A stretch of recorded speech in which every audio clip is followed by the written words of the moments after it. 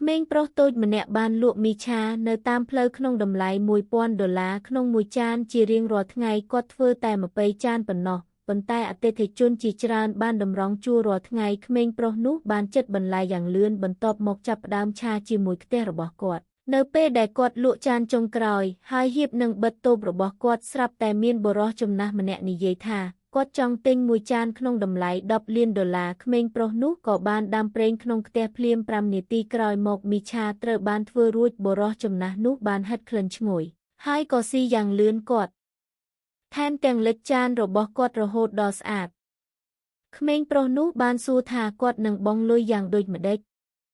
បុរសចំណាស់នោះបានហុចថង់សូត្រមួយឲ្យគាត់ហើយនិយាយថាមានអាសយដ្ឋាននៅខាងក្នុងហើយមាននរណាម្នាក់នៅទីនោះនឹងបង់ប្រាក់ឲ្យគាត់នៅថ្ងៃបន្ទាប់ក្មេងប្រុសនោះបានដើរតាមអាសយដ្ឋានទៅកាន់ក្រុមហ៊ុនមួយពេលគាត់ហៀបនឹងចូលទៅឆ្មាំសន្តិសុខ2នាក់បានខាត់គាត់ក្មេងប្រុសនោះនិយាយថាគាត់ចង់ជួបថៅកែឆ្មាំកំពុងតែហៀបនឹងដេញគាត់ចេញស្រាប់តែមានរថយន្តទំនើបមួយបានឈប់នៅច្រកទ្វារជំនួយការរបស់ថៅកែបានសួរថាតើក្មេងប្រុសនោះមកទីនេះដើម្បីអ្វី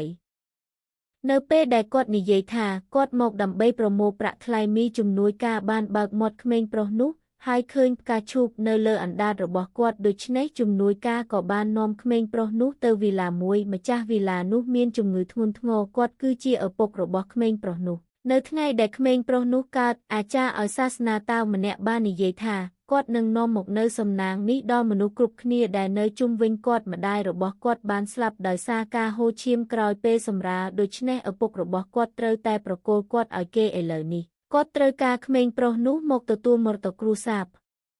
ព្រោះគ្រួសាររបស់ពួកគេជាក្រុមហ៊ុនភោជនីយដ្ឋានដ៏ធំក្មេងប្រុសនោះត្រូវតែឈ្នះការប្រកួតធ្វើម្ហូបមេចុងភៅបន្ទាប់ពីឪពុកគាត់បានស្លាប់ដោយសារជំងឺ